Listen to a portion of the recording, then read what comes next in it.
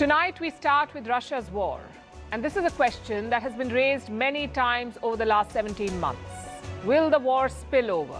This time, the question is being triggered by Russia's own leaders. They're talking about an attack on NATO territory targeting Poland and Lithuania. So what exactly is the plan? Does Putin have the appetite to execute it? And how will NATO respond? We'll discuss all of that. Also tracking China's foreign minister. He's gone missing. Now, reports say this may be over a love affair and a crackdown by the Chinese state. We've pieced together the full story for you. In West Asia, there's talk of friends turning into frenemies, MBS and MBZ, and a sharp rise in military deals.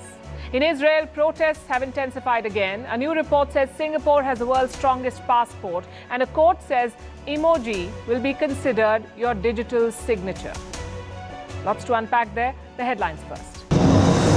Vladimir Putin won't attend the BRICS summit in South Africa next month. Foreign Minister Sergei Lavrov will represent Russia instead. There was speculation that Putin could be arrested in Johannesburg because of an arrest warrant against him from the International Criminal Court. The South African president earlier said arresting Putin would be an act of war.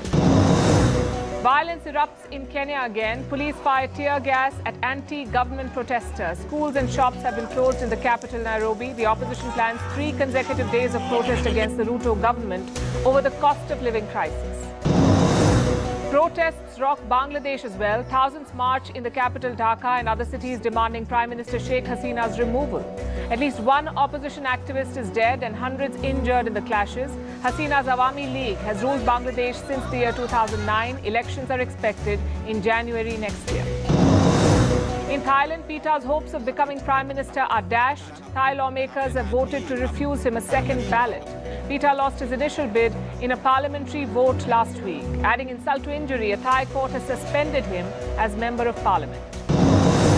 And amid a severe heat wave, Germany debates the need for siesta. Top health official backs midday breaks for workers to escape the heat. Many parts of Germany are reeling under soaring temperatures.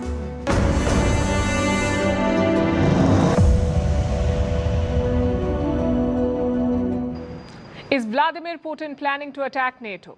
It seemed impossible last year. Ukraine alone was a handful for the Russian army. But now new reports have emerged, new statements from Russia. They say Putin will target NATO's soft underbelly, the so-called Achilles heel. And where exactly is that? Let me pull up the map for you.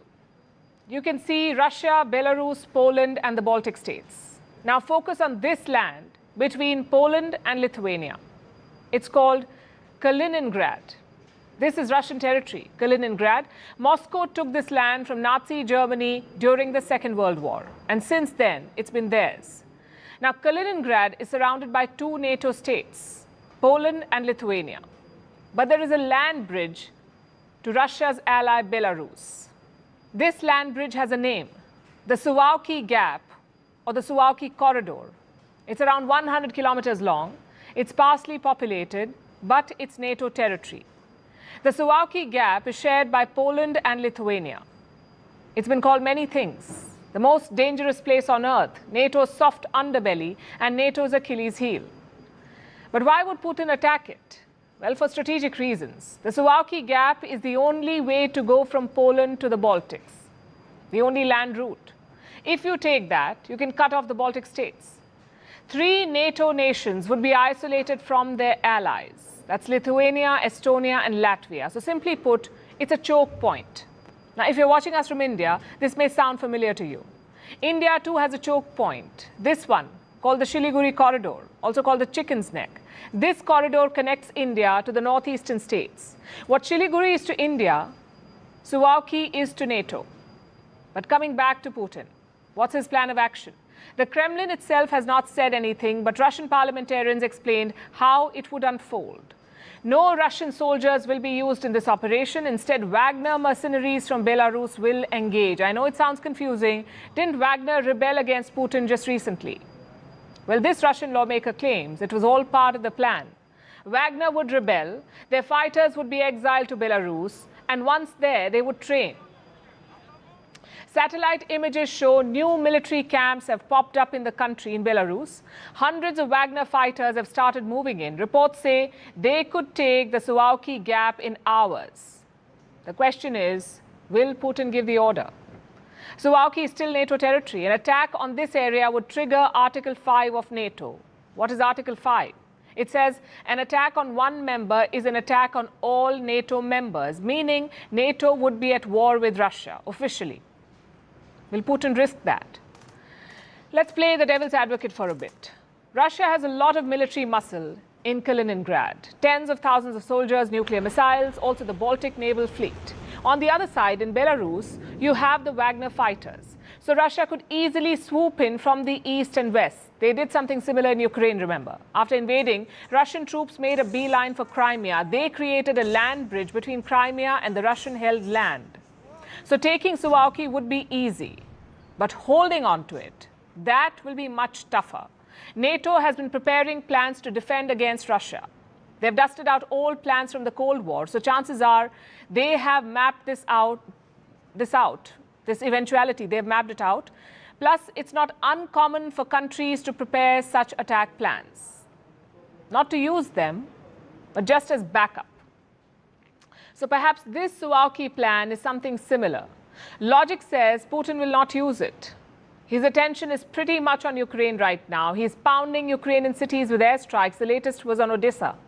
This is a port city in southern Ukraine, Odessa. It was hit by 2 consecutive nights of airstrikes. Take a look at the damage. Entire buildings have been destroyed. Even the port of Odessa was hit. Russia is calling this revenge strikes. Retaliation for the Crimean bridge attack earlier this week. Now, targeting the port was not a coincidence, by the way. Russia pulled out of the Black Sea grain deal this week. It says Ukraine is using the Black Sea for combat, hence the attack on Odessa. And the whole world should be concerned about this. Ukraine makes up around 9% of all wheat exports, global wheat exports. If the port of Odessa is destroyed, that trade stops. So food prices could go up. President Zelensky says Russia is doing this on purpose and that Putin is weaponizing food. Obviously, the Russian leadership is now trying to provoke these crises. Without our exports, the deficit on the global market will unfortunately be very noticeable. And not only for the poorest countries. Different countries will feel it, from Libya and Egypt to Bangladesh and China. So Russia is on the offensive and so is Ukraine. Take a look at these pictures. They show how Ukraine is hitting Russian positions in the east. Those are Grad rockets. They're part of Kiev's much-hyped counter-offensive. It's been slow and costly, but Ukraine says this too is part of the plan. Apparently, they're going slow to avoid casualties. But how long will this continue? How long can this continue? Russia's strategy is to wear down Ukraine and NATO. If NATO stops giving weapons, Ukraine will fold. No two ways about it. And Washington knows this. The Pentagon chief, Lloyd Austin, says this is not the time to slow down.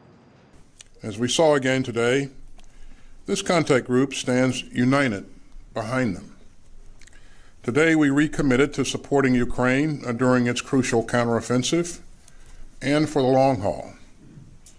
And this is no time to slow down. So I guess that's that. 17 months on, things have gone from bad to worse. Food grain is stuck at Ukrainian ports. Cities are being pounded with little impact on the front line. And there are concerns of an attack on NATO. Maybe Russia and Ukraine are not losing this war, but their people certainly are. Meanwhile, in China, the foreign minister is still missing. The foreign minister of the country, nowhere to be found. Over 3 weeks and counting, Qin Gang has not returned to office. So where did he go? Beijing won't say, and their response is fueling speculation. China is being very cagey about this. First, they said Qin Gang was unwell. Then they went completely silent. And now they say the government has, quote unquote, no information to provide. No health updates, no whereabouts, not even saying if he is better or not. So is Qin Gang very sick? Or has he just disappeared? Which is completely normal in China. It's a completely normal thing to happen in China. People disappear all the time. But this time, it's a very senior government official. Qin Gang is the foreign minister of the country, of the world's second biggest economy and a rising global power. He can't just go off the radar, and yet he has. When this happens anywhere in the world, it's usually bad news. When this happens in China, it's certainly bad news. Most likely a crackdown. Now, let me repeat and underscore this. There is no official word from Beijing. This is largely informed speculation, as you would call it. The rumor mills are churning. They say the Chinese foreign minister is being punished for an affair, a love affair. He is being linked to this woman, Fu Xiaotian. She's a television anchor, and if reports are to be believed, Fu too has gone missing. Again, no confirmation from Beijing, but on social media, some videos are going viral. This is believed to be an old interview of Qin Gang. The interviewer is Fu Xiaotian. And now there is talk of an affair. China's foreign ministry was asked about this. The spokesperson was Mao Ning. She was asked about this alleged affair, not once, but repeatedly. Listen to this. Does the foreign ministry have any update on Foreign Minister Qin Gang and when he will return to public duties? Or why he's been out of the limelight for 3.5 weeks now? Financial Times again. The Times of London has reported that Qin Gang's disappearance is related to being under investigation for an affair with Fu Xiaotian, a Phoenix TV reporter who recently gave birth in the U.S. Do you have any comment on that? Clearly, those questions made her quite uneasy. Now listen to her response. I am not familiar with the situation you're talking about. That's what she said. That's all that she said. Not familiar with the situation you're talking about. But here's where it gets even more interesting. When the official transcript of this conversation came out, Beijing had removed this statement. It reminds you of that phrase from Alice in Wonderland, curiouser and curiouser. China's internet censors have also been pressed into action. They're scrubbing social media. Posts with phrases like, "Where is Qin Gang?" have been taken down. But people are still asking questions. Look at this post. A Chinese netizen is discussing Qing's disappearance. He says, and I'm quoting again, "The Ministry of Foreign Affairs' press conference was silent about old Qing's whereabouts except for health factors, which inevitably makes people suspicious." So there is a lot of chatter and a lot of questions, and Beijing's silence is not helping. But here's something else you should know. Qin Gang was very close to President Xi Jinping, like a trusted lieutenant. His rise to the top was rapid. Qin used to be a protocol officer, someone who organized Xi Jinping's foreign trips. Then in 2021, he was appointed ambassador to the United States, and within 17 months, he was named foreign minister. This happened in March this year. Qin was given a very important task: to revive China's diplomatic engagements. You see, the Wuhan virus also infected China's relationship with the world. There was mistrust and bad blood. And Xi Jinping's wolf warriors made it worse. So he got Qin Gang to fix things, to engage in aggressive diplomacy, and that's what he did. He held high-profile meetings with the Americans. The goal was to resume dialogue, but the meetings turned into shouting matches. His last engagement was on the 25th of June this year. 25th of June, that's when he met diplomats from 3 countries, Vietnam, Russia, and Sri Lanka. And this was the last time he was seen in public. In the days that followed, he had more important meetings lined up. Qin was supposed to meet Joseph Borrell this month. Borrell is a top diplomat of the European Union. He was supposed to travel to China, but that meeting was postponed and no reason was given for that. Qin was also supposed to attend the ASEAN meeting in Indonesia last week, but he did not show up. Instead, his predecessor, Wang Yi, was sent. He was earlier the foreign minister of China, Wang Yi. And when he was sent to Indonesia, that's when China said Qin is sick. But the alibi is not working anymore. Even Chinese citizens don't believe it. So now the censors are at work, and the Communist Party is pulling the strings from behind because, like I said, disappearances are par for the course in China. High-profile names suddenly disappear. Speculation follows, and their return is usually stage-managed by Beijing. Xi Jinping did it himself. In 2012, just before he was named president of China, Xi vanished for 2 weeks. He reappeared just before he took over, no reason given for his absence. And in the years since, many Chinese politicians, celebrities, and business leaders have disappeared in similar fashion. Tennis star Peng Shuai, entrepreneur Jack Ma, former Interpol chief Meng Hongwei, film star Fan Bingbing, and recently dealmaker Bao Fan, they all disappeared without any explanation. All of them were targets of a state crackdown. And when they returned, they gave some vague stories. This time, it's the foreign minister of the country. Is Qin Gang the new target? Well, don't wait for Beijing to answer that question. So one diplomat is missing a lot of action, but a former diplomat is in the thick of it. And that too at the age of 100. I'm talking about this man, Henry Kissinger. He's a former Secretary of State. He arrived in Beijing on Tuesday to meet Chinese officials. Many people were confused at first. They couldn't believe Kissinger was still alive. Look at what Chinese social media users were writing about this. Is this the Kissinger from the history books? I thought he was dead because people in the history books are. Well, to answer their question, yes, this is the Kissinger from China's history books. I wouldn't bet on their accuracy, though. Kissinger played a key role in establishing relations between the US and Communist China. Until the 1970s, none existed between the US and China. The US only recognized the regime in Taiwan.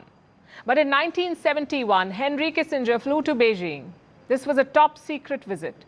He met with senior Chinese officials there. He also managed to get an invite for US President Richard Nixon. The next year, in 1972, Nixon traveled to Beijing, and that's how the US and Communist China established relations. Now back to the present. Kissinger had two important meetings in Beijing, one with Defense Minister Li Shangfu, and the second with top diplomat Wang Yi. Now, since the foreign minister was missing, Kissinger was spared a third one. He's not in Beijing on any official mission, apparently. He's there as a private citizen, and the US has a history of doing this. They call it track 2 diplomacy. When the official channels fail, you turn to unofficial ones. Such attempts have been made with Russia as well. Retired State Department officials met Russia's foreign minister in April. That too was track 2. But does the White House know what Kissinger is up to? Here's what US officials said. We were aware that Henry Kissinger was traveling to China. It actually came up in the meetings that Secretary Blinken had when we were in China. The Chinese officials mentioned that he was planning to come, as he has done a number of times over the years as a private citizen. I will say he was there under his own volition, not acting on behalf of the United States government, and I don't have any further updates on his trip. So they're very much new. The White House says Kissinger usually debriefs after every visit, meaning he comes back and tells them what happened, what Chinese officials said, the sentiment in Beijing, all of it. So we can assume that he'll do the same this time. Meanwhile, the Chinese government has already released a statement. It covers Kissinger's talks with the defense minister. And this is what the American told them. I'm quoting, "History and practice have repeatedly proved that neither the US nor China can afford to treat the other as an adversary." Now listen to Li Shangfu's reply, the Chinese defense minister. This is what he said. "Some people in the United States did not meet China halfway, causing China-US relations to hover at the lowest point since the establishment of diplomatic relations." Wang Yi said something similar. He also added some sweet talk for the ex-diplomat. Listen to this. "US policy toward China requires Kissinger-style diplomatic wisdom and Nixon-style political courage." So you've heard the statements. Now let's understand what this visit is all about. In the past few weeks, top US leaders have made a beeline for China. Antony Blinken went first, then Janet Yellen. And now climate envoy John Kerry is in Beijing. China gave all of them a cold welcome. Before that, the defense minister refused to meet the Pentagon chief, Lloyd Austin, the same minister who just met Kissinger.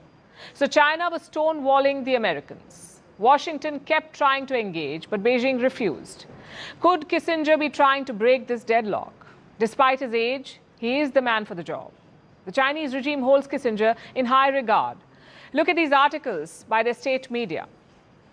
Kissinger's pragmatism and rationality are what US lacks most today.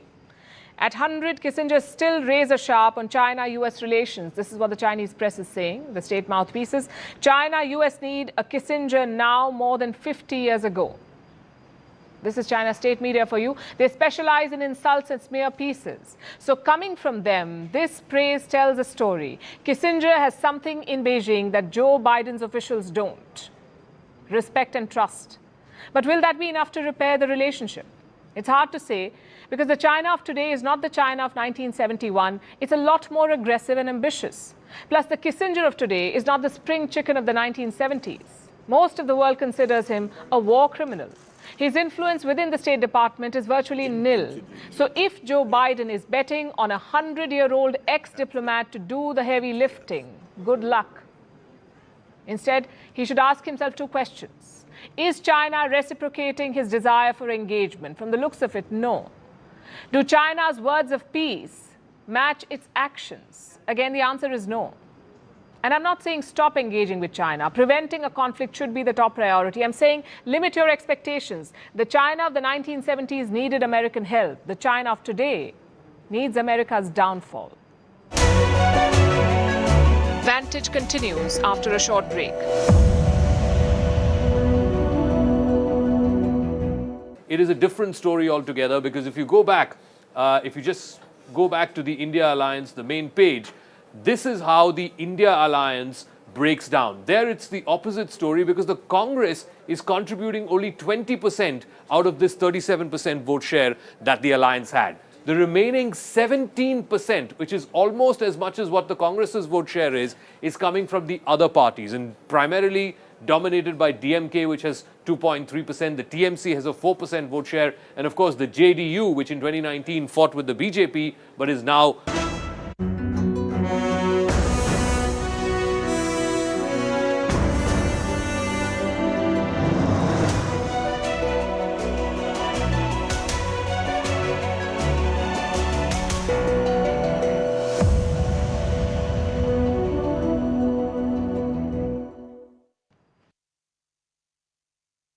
So one side wants to talk, the other doesn't.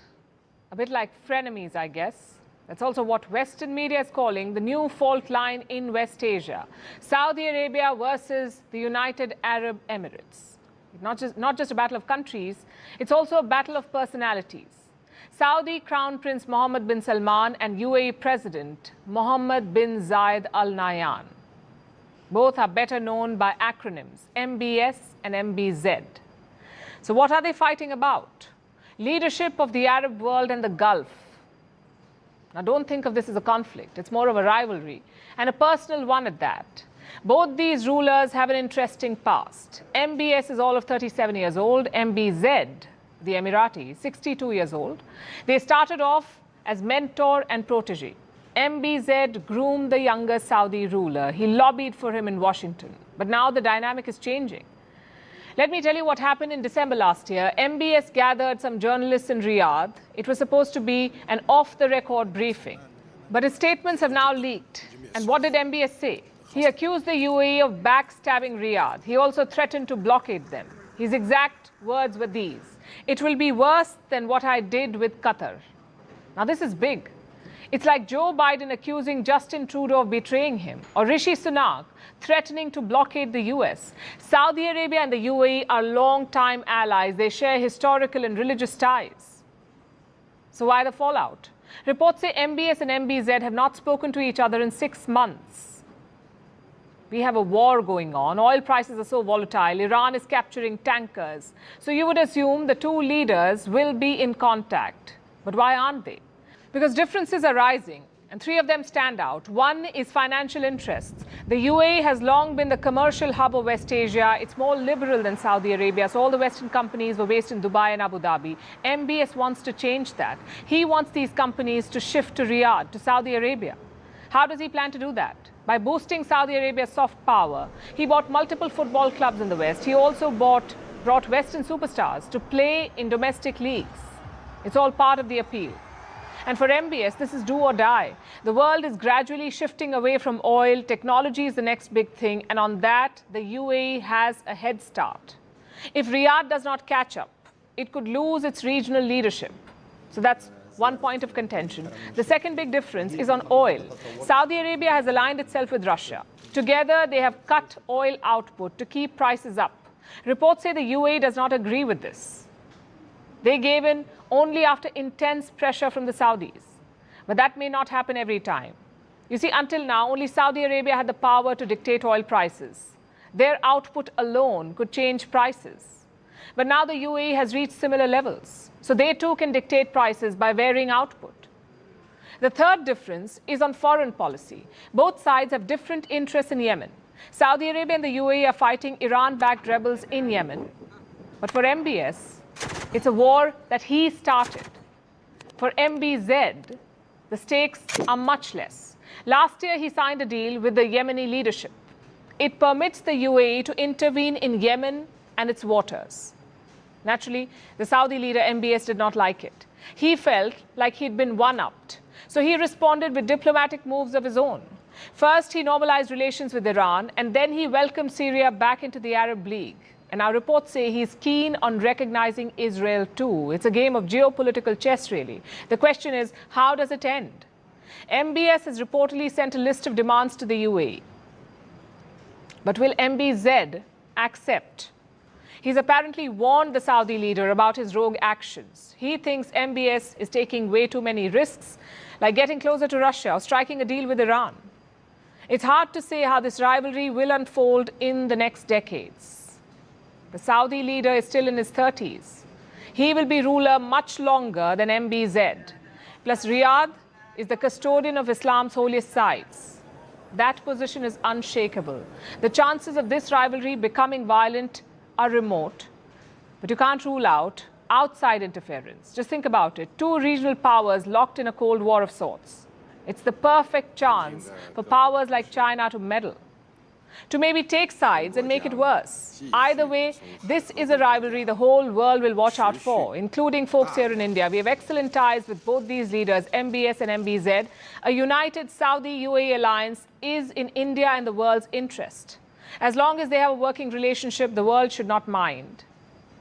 It's best if the rivalry is limited to Manchester City versus Newcastle United. Beyond that, it can be worrying. After all, it's not like either of them will be voted out.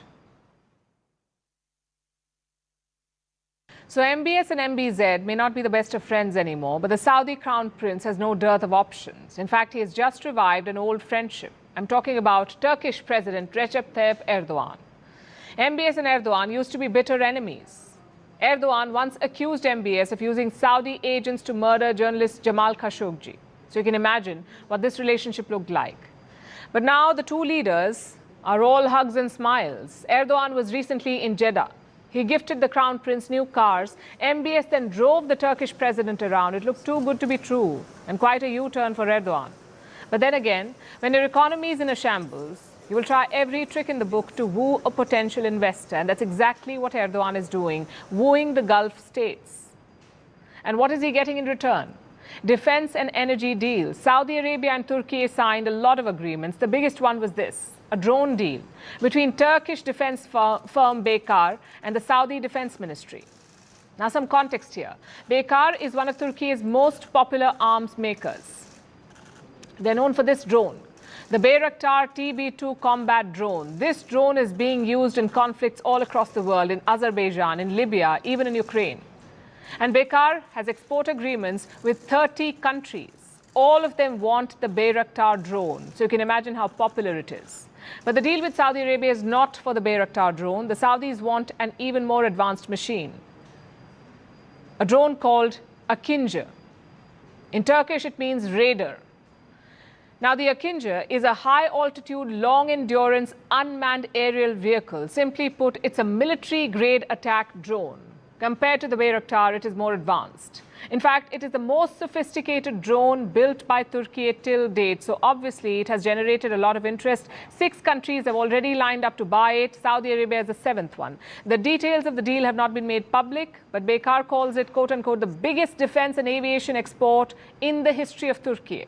So we don't know how many drones Riyadh is buying, but it has to be a big number for the company to call it the biggest deal ever. These drones will be deployed in the air and naval forces of Saudi Arabia, which brings us to the question, why does Saudi Arabia need so many attack drones? And not just drones. The Saudis are spending big on defense overall. They're ramping up military acquisitions. A new report shows that Riyadh is the 5th largest military spender in the world now. It ranks higher than the UK, Germany, and France. In 2022, Saudi Arabia spent $75 billion on its military. That's a 16% increase from the year before. In fact, Riyadh spends around 7.4% of its GDP on defense, 7.4%. That's more than any country except Ukraine, and Ukraine is currently at war. But what explains Saudi Arabia's trajectory? This, by the way, is in line with the regional trend. West Asian nations spend almost 4% of their GDP on military spending. The global average is 2.2%, so they are almost double the average. Where is this money going? Drones are a big draw, obviously. So are fighter jets. In fact, West Asia has always been a major buyer of advanced fighter jets. There are 4 major deals now. And these deals could reshape the region. The countries involved here are Turkey, Iraq, Iran, and Egypt. Turkey is eyeing the F-16 deal with the US. They've been waiting for a long time for this. If it comes through, this would be their biggest arms deal with America in almost a decade.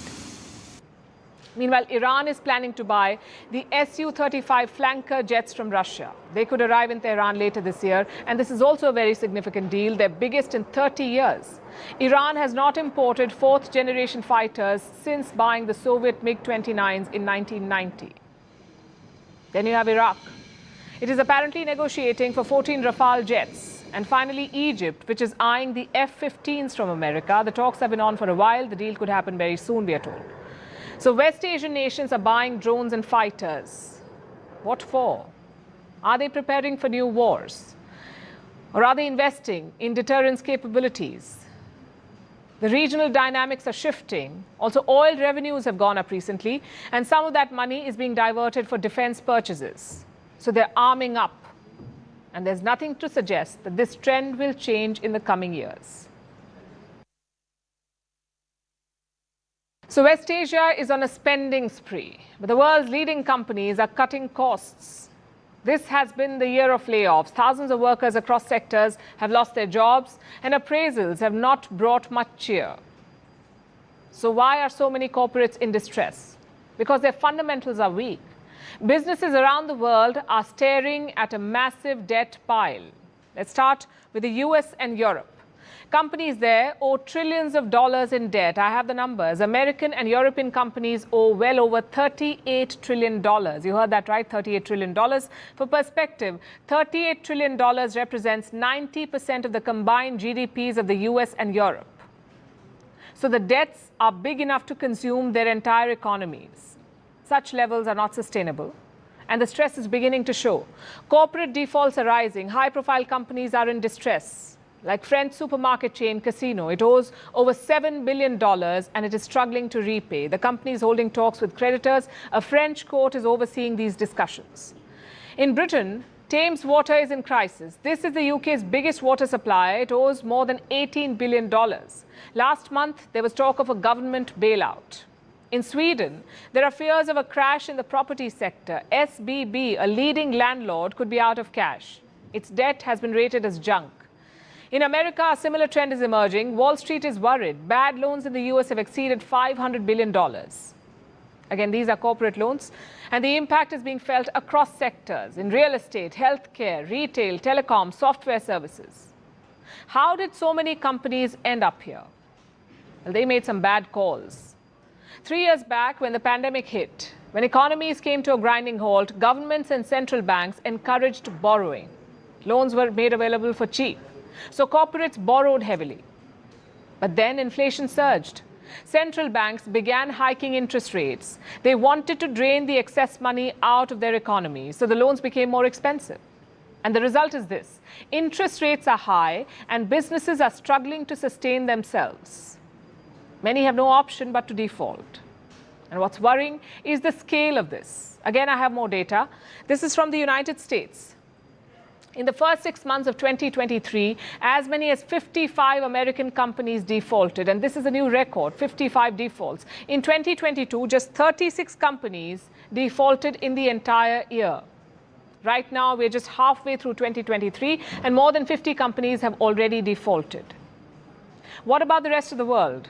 Globally, 81 companies defaulted in the first half of this year. Experts are worried about this trend. They fear that more companies will fail in the year ahead. Until last year, just 3.8% of the companies defaulted globally, 3.8% in the whole world. According to Moody's, this year the default rate could cross 4%. In the worst case scenario, it could cross even 13%. And this will be worse than the 2008 financial crisis. This is bad news for everyone, because if the job creators fail, the impact will be felt on a country's economy. It could trigger a recession. So what is the solution? A stable macroeconomic environment, less tinkering with interest rates. That's the demand from American banks. In the month of May, the Bank of America made an assessment. It warned about defaults worth $1 trillion if the market remains uncertain and if there is a credit crunch. This is what they said will happen. Big defaults. So should the rest of the world worry about this? It should, because the impact of defaults in the West will be felt in the developing world too. Export-dependent economies like China will face a decline in orders. Countries like India, which rely on export of services like software, may also lose business. Of course, this is a hypothetical situation right now, but the risks are clear and evident. The world has narrowly avoided a large-scale recession this year. If the corporate debt is not controlled, we may find ourselves back to square one and still dealing with a potential recession. In Israel, the protests have intensified again. Thousands of people have taken to the streets. They're demonstrating against the judicial overhaul plan, a controversial plan being pushed by Prime Minister Benjamin Netanyahu. Critics say this will reduce the power of the Supreme Court of Israel. So they're protesting. And this has been on for 7 months now. The world has taken note. Even staunch allies like the US have advised Israel's government to engage with the critics. It came as a strong and rather public rebuke. So what does it mean for the ironclad relationship between America and Israel? Well, as we speak, the Israeli president is in the US and Prime Minister Netanyahu has got an invite to meet President Biden soon. Here's a report.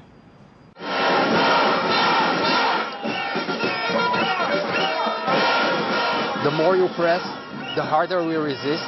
We are saying no to dictatorship, and it will not pass.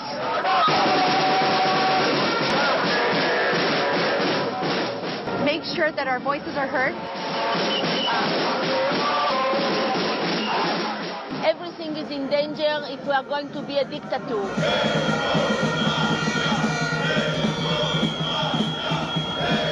It will not pass. Israeli protesters are doing everything they can to stop the controversial judicial overhaul plan from passing. Since the beginning of the year, they have been demonstrating, taking to the streets in thousands to make their voices heard, because the Israelis fear that the overhaul will upend their way of life. So what is the overhaul? Its proponents say that it's a law to bring balance to Israel, to curb excessive judicial overreach, a way for parliament to be supreme. And Prime Minister Benjamin Netanyahu insists that all the resistance is misplaced. The claim that Israel's entire democracy will collapse because of the amendment of the reasonability standard is a statement that is disconnected from reality and is meant in its entirety to scare the public for nothing. Of course, that's not how critics see it. The overhaul will prevent Israel's Supreme Court from striking down laws it sees as unconstitutional. It will give politicians a greater say in judicial appointments, even allow the ruling party to hand-pick judges, or fire top officials like Israel's Attorney General. To critics, the overhaul would see Israel slide towards autocracy, and that's why they are out on the streets. Why they keep declaring days of disruption. We're fighting here for our rights, and we're fighting that other people can receive rights, and not just us. We're fighting for a better country. We're fighting for justice. The demonstrators have been met with fierce resistance. Arrests have become regular. Yesterday, the police even deployed water cannons. It seems obvious that Netanyahu and his allies are not going to budge, but that hasn't deterred the protesters. We're trying to make sure that our voices are heard and trying to make some sense into this and see if the coalition will finally listen to us, and if not, maybe the world will and stop this. It's a hopeful appeal, and the world has taken notice of the protests. But it seems Israel's biggest ally, the US, has decided to turn a blind eye. As the protests raged on in the streets of Israel yesterday, the country's president, Isaac Herzog, was in a meeting with US President Joe Biden. Herzog acknowledged the turmoil in Israel, but his opinion seemed contrary to the protesters' perceptions about Israel's democracy. My heart and soul is also in Israel. In the heated debate which we are going through as a society, it's a heated debate, but it's also a virtue and a tribute to the greatness of Israeli democracy. And let me reiterate clear, crystal clear, Israeli democracy is sound, strong, and resilient. It seems like he was papering over the cracks, trying to brush Israel's problems under the carpet. Surely the US would have seen through this, right? Surely Washington would have taken up its favorite role and lectured Israel. Of course not. This is what actually happened. America's commitment to Israel is firm, and it is ironclad. I think, as you saw from my readout of the call with Prime Minister Netanyahu, and you'll see this tomorrow when the president gets a chance to meet with President Herzog, our commitment to Israel is ironclad, and we're going to make that clear and consistent every chance we get. Ironclad, or business as usual, overhaul or no. Kirby also spoke about a call between Biden and Netanyahu. The call fell today. That doesn't mean that, and you shouldn't take away from the fact that they had a conversation today and that they'll meet again in the fall, that we have less concerns over these judicial reforms or less concerns over some of the extremist activities and behavior by some members of the Netanyahu cabinet. Those concerns are still valid. They're disturbing. So despite Washington's disapproval of the judicial overhaul, Biden will meet Netanyahu this autumn. Despite the US discomfort with Netanyahu's political allies, the ties will not waver. Remember, Israel currently has its most right-wing government ever. Some of its ministers have received widespread criticism for their antics. But at the end of the day, it's obvious. After all is said and done, it isn't likely that the US-Israel partnership will change. It will likely remain ironclad no matter what.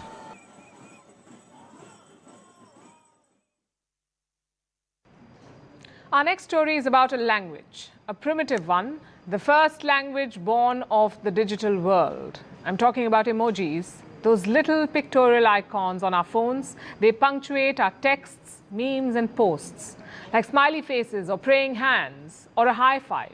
I'm sure you've used these. 92% millennials used emojis in daily conversations. And just in the past 3 years, emojis have seen a 775% rise in use. They're everywhere, in every conversation. Love is expressed with a heart icon. Mean jokes are masked by laughing emojis. And in some cases, people are taken to court over a thumbs up. That's what happened in Canada. A farmer had to pay the price of an emoji, and a heavy one at that, more than $61,000. Here's the story.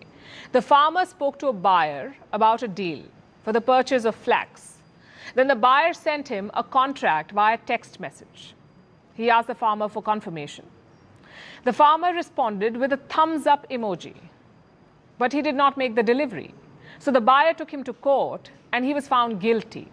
Classic emoji miscommunication. The buyer assumed that the thumbs up meant confirmation, but the farmer was only confirming that he'd received the message. He was not giving a go-ahead for the contract.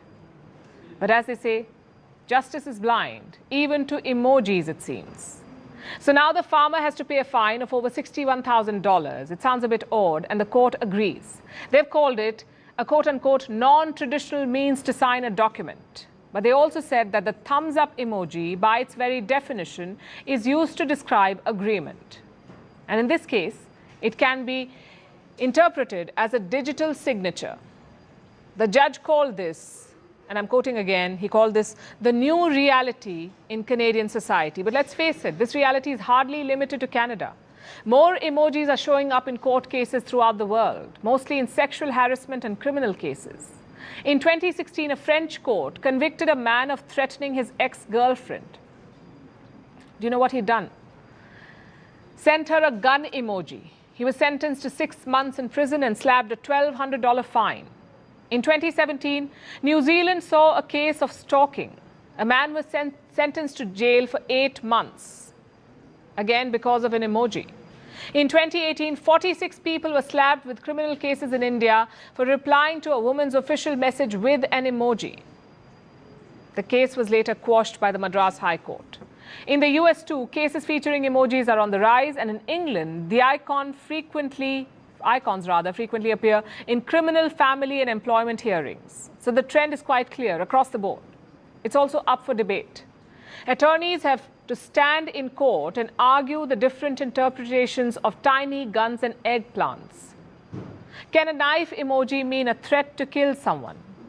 Does a heart emoji from a manager constitute sexual harassment? We ask because emojis express a wide range of emotions and they're quite flexible. And that's usually a good thing because they let us be colorfully creative. But that also leaves room for misinterpretation. For instance, a thumbs up emoji. It generally means agreement, but some young people now use it sarcastically too. Others merely use it to acknowledge the receipt of something. While in some West Asian countries, this gesture is offensive. So many meanings for one simple emoji. And remember, there are over 3,000 emojis today. So just imagine the confusion. Also, different devices display the same emojis differently. I'll give you an example. On Google phones, a grinning face has smiling eyes. It's a happy emoji. But on Apple phones, it has a grimace, almost as if it's ready to fight. Now, according to a study, 25% of emoji users are unaware of this difference. In the context of law, though, this is a big problem. Simple confusion can be unforgiving, and the legal world has begun to accept it. For instance, last year, many lawyers in Britain urged the judiciary, they demanded guidance on the interpretation of emojis. Now, this may seem like the equivalent of sitting with the elderly and telling them that the peach emoji does not mean what they think it does. It will be an awkward conversation for sure, but it's an important conversation to have because emojis now appear in virtually every area of the law, and the courts must keep up. As for the users, throwing emojis around like confetti may not be the best idea. The next time you look at one of those icons, think before you press. Have you heard of passport indices? They're a way to rank the strength of your passport. One of the most popular rankings is the Henley Passport Index. Their latest list is out and it says Singapore has the world's strongest passport.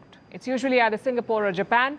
They've been swapping the top spot for the last 5 years, even tying for the first place in 2019. But what makes their passport so powerful?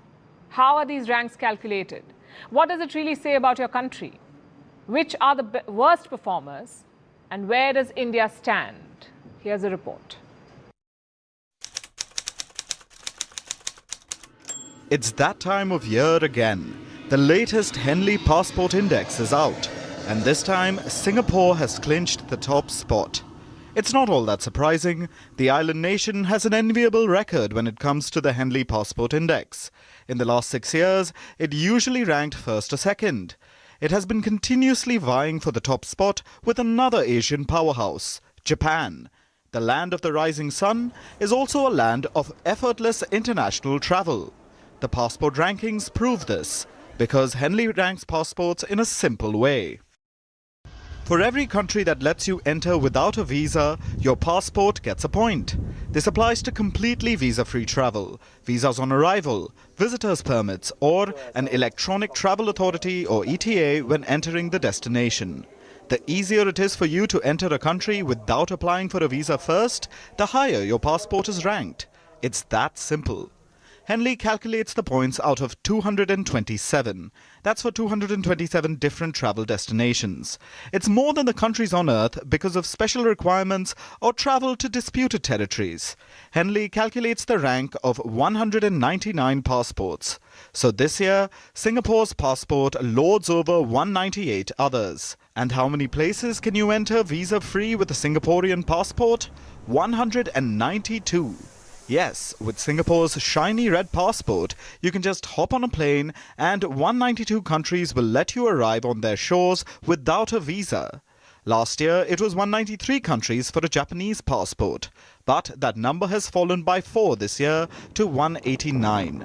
So the Japanese passport languishes at 3rd place, below Germany, Italy and Spain, who are all tied for the 2nd place at 190 visa-free destinations.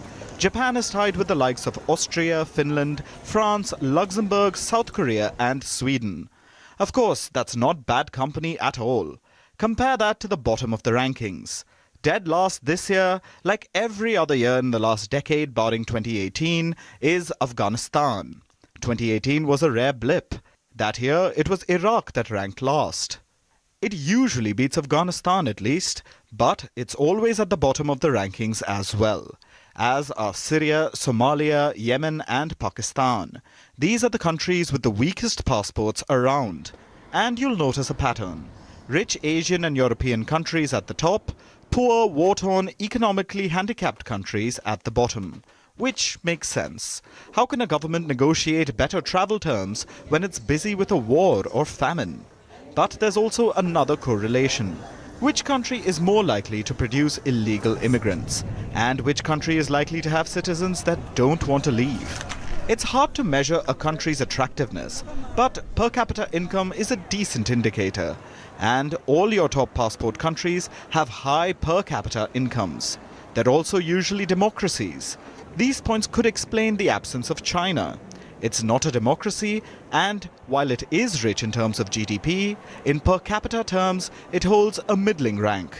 And what about the US, the world's richest nation, the so-called oldest democracy? Well, it's 8th in the passport rankings, down from 7th place last year. Americans can now enter 184 countries without a passport, down from 186 from a year ago. What explains this? Well, another aspect of visa-free access is cordial diplomacy. You know, being seen as a friendly nation. We'll leave it up to you to decide how friendly the US seems. What about India, the rising global power? Well, there's good news and bad news. The good news is that the Indian passport is now ranked 80th, up 7 spots from last year's ranking. The bad news? Indian passport holders can enter only 57 countries without a visa, down from 60 last year. Yes, India's rank went up, even though visa-free travel destinations went down.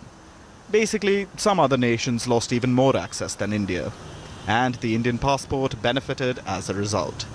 Of course, the passport rankings can only tell you so much. They don't accurately depict global realities.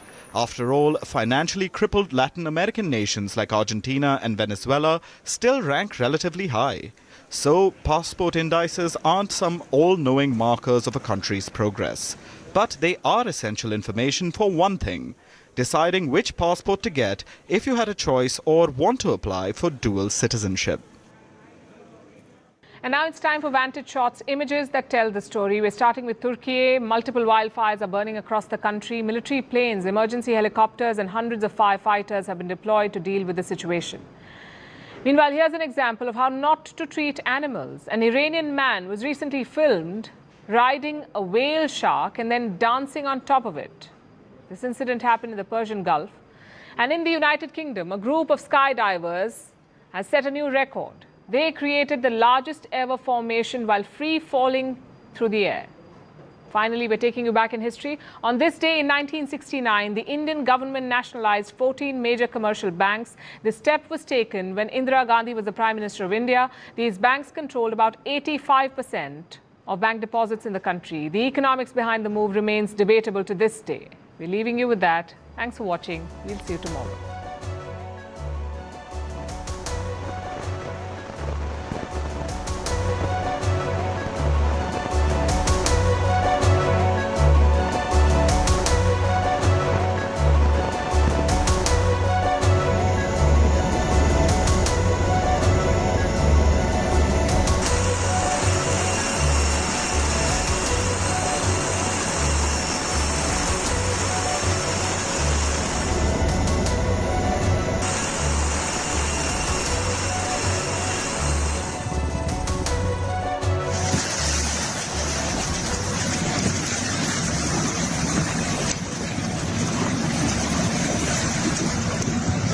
Aí, Virgílio.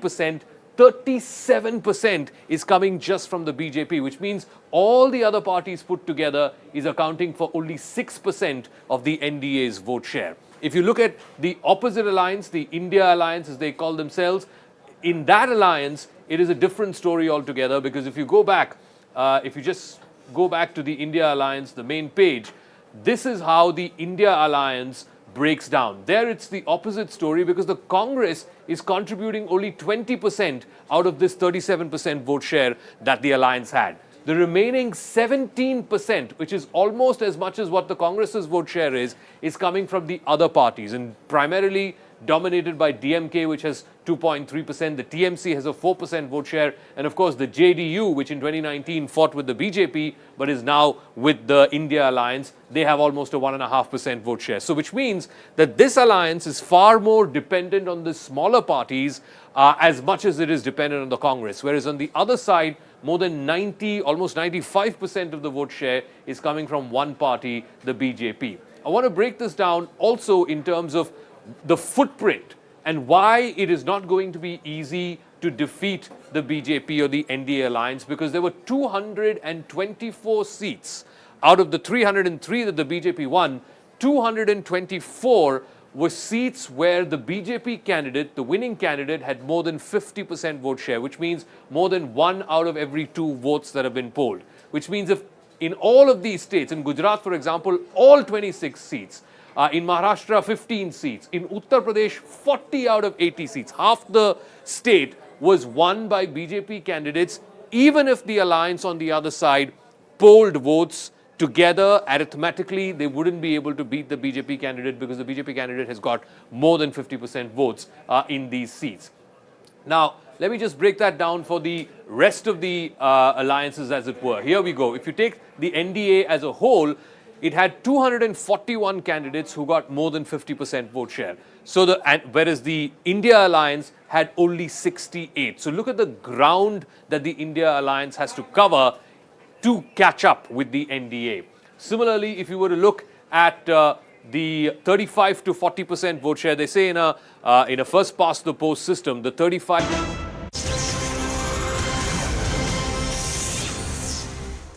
A very warm welcome. You're watching Breaking on News 18. I'm Akanksha Swaroop. Let's dive into the segment with our top breaking inputs coming in from Maharashtra.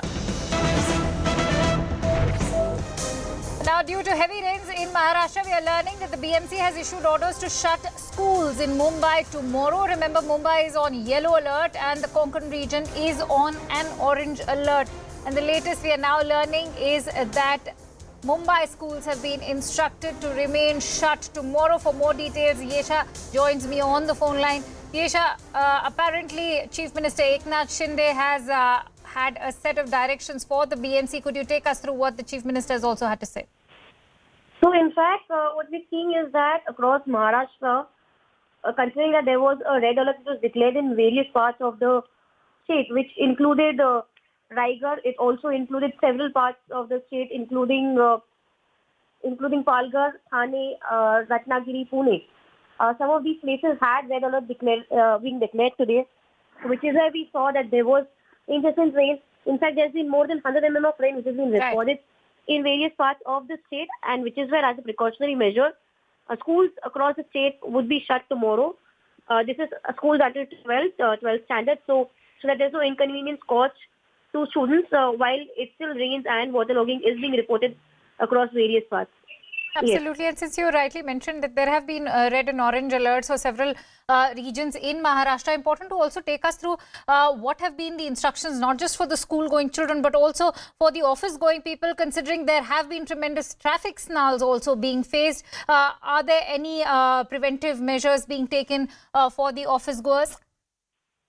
So yes, in fact, considering that there were several office-goers who had left early this morning, we've seen that at various stations, including that at CST and other prime stations, there were facilities that were provided by BMC, including providing them with biscuits as well as tea. And apart from that, now we've seen that those who've been stranded at various stations, considering there's waterlogging, there are special buses being run by the state transport department, wherein in places wherein the train facilities have been suspended, there are 2 buses, people can reach their place. But however, what has been seen is that towards the northbound central line in Mumbai, especially beyond Kalyan, Thakurli and beyond Dombivli area, what's being seen is that there has been signal failures. There were repeated waterlogging which was reported around the area, which is where there were several trains also which were suspended. More than 50 pair of trains were suspended, and that has caused a massive inconvenience to those travelling by the lifeline of Mumbai. All right. Many thanks to you, Yesha Kotak, for bringing in all those latest inputs. On that note, it's important to also bring you some ground reports from not just Maharashtra. Remember, rain fury has unleashed itself also on the state of Gujarat. Here's a quick look at those ground reports. देखिए, पहली चीज, मैं Mumbai Ahmedabad highway पर मौजूद हूं और ये घोड़बंदर का इलाका है, फाउंटेन का इलाका है और यहाँ पर स्थिति बेहद ही खराब है। आप देखिए तस्वीरों में पूरा हाईवे जो है वो पानी में डूबा हुआ है और उस पानी में डूबने के चलते जो गाड़ियां हैं वो बिल्कुल थमसी गई हैं। जबरदस्त ट्रैफिक इस वक्त मुंबई अहमदाबाद हाईवे पर देखने को मिल रहा है। साफ तौर पर जो तस्वीरें सामने आप देख रहे हैं, मुंबई से पालघर जाने वाला रोड है और यहाँ पर जैसे ही आप घोड़बंदर का ब्रिज उतरेंगे, इसी तरह का ट्रैफिक और जबरदस्त पानी यहाँ पर हाईवे पर देखने को मिलेगा। जबरदस्त वाटर लॉगिंग यहाँ पर हुई है। आप तस्वीरों से समझ सकते हैं कि गाड़ियां किस तरह से पानी के बीच से निकल रही हैं। उसके बीच लगातार तेज बारिश यहाँ पर जारी है। बारिश रुकने का नाम नहीं ले रही है, जिसके चलते ये तस्वीरें और भयावह होती चली जा रही हैं। मौसम विभाग का साफ तौर पर यह कहना है कि आने वाले 24 घंटे पालघर में रेड अलर्ट रहेगा और साथ ही साथ जो है ऑरेंज अलर्ट थाने के लिए रहेगा। तो ये जो ऑरेंज अलर्ट और रेड अलर्ट का जो इशारा मौसम विभाग ने दिया है, इसका मतलब साफ है कि आने वाले 24 घंटे में इससे भी ज्यादा तेज बारिश होने वाली है। और जो परिस्थिति आपको यहाँ पर देखने को मिल रही है, अगर इसी तरह से बारिश होती रही तो वो बेहद ही और बिगड़ने में उसको वक्त नहीं लगेगा और यहाँ पर बाकायदा लोगों को दिक्कतों का भी सामना करना पड़ रहा है। ये पूरा जो हिस्सा है, जबरदस्त वाटर लॉगिंग यहाँ पर हुई है और लगातार जो पहाड़ों से पानी है वो भी रोड की तरफ आ रहा है, जिसके चलते ये स्थिति को और खराब कर रहा है। गुजरात के जो गिर सोमनाथ डिस्ट्रिक्ट है उसमें कल रात जो बारिश है वो आफत बन के बरसी है। यहाँ पे हर जगह जलभराव हो गया है। मैं कैमरामैन अभय त्रिवेदी से विनती करूंगा कि वो जो नेशनल हाईवे है उसका जो है सीन दिखाए। वो नेशनल हाईवे है, वो यहाँ पे भी काफी जलभराव हो गया है। उसकी वजह से यहाँ पे लंबी वाहन जो है उसकी कतारें लगी हुई है, गाड़ियां है, कई गाड़ियां यहाँ पे फंसी हुई है। तो पुलिस भी आगे आई है। पुलिस ने भी यहाँ पे जो कुछ दुर्घटना न हो इसलिए जो है यहाँ से मदद के लिए आगे आई है। एनडीआरएफ की टीम भी यहाँ पे पहुंची हुई है। यहाँ पे हर जगह पे पानी ही पानी है, लोग काफी परेशान है। वाहनों की जो लंबी कतारें हैं वो लोग भी सोच रहे हैं कि जब ये जो पानी है पानी कम हो ताकि ये नेशनल हाईवे से वो गुजर सके। आप जो सीन देख रहे हैं वो नेशनल हाईवे का है, लेकिन कहीं तौर पे ये नेशनल हाईवे नहीं दिखा रहा है। वो बड़ा सा तालाब है, ऐसा सीन यहाँ पे दिख रहा है। तब यहाँ की बात करें तो काफी लोग अभी फंसे हुए हैं। काफी लोग को उम्मीद है कि पानी जो कम से कम हो जिससे वो यहाँ से निकल सके।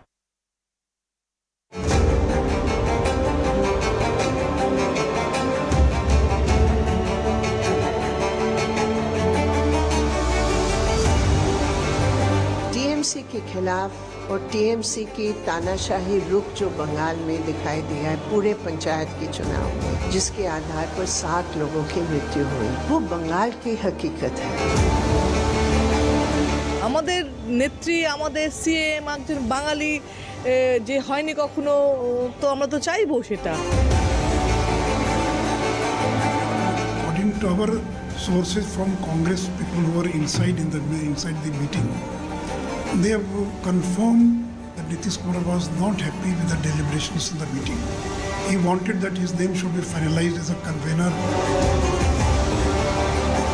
इच्छा राजगीर की हो रही थी ना, हमको मन था कि हम राजगीर देर हो रहा हमको, तो इसीलिए हम आ गए हैं और कोई बात नहीं है, इसलिए पूरे तौर पर हम लोग साथ हैं। वो कौन सा ग्लू है, गोंद है जो इन लोगों को, इन पार्टियों को जोड़ रहा है?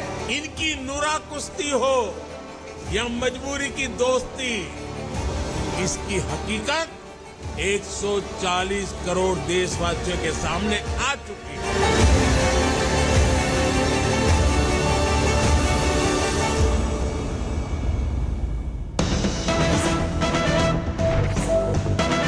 And speaking of opposition unity, we are getting in breaking inputs. We are learning that after Nitish Kumar's clarification, former Bihar's Deputy Chief Minister Sushil Modi has attacked Bihar's CM. Sushil Modi has said, and I quote, Nitish is clearly upset and is just pretending to be happy in front of the media. Remember,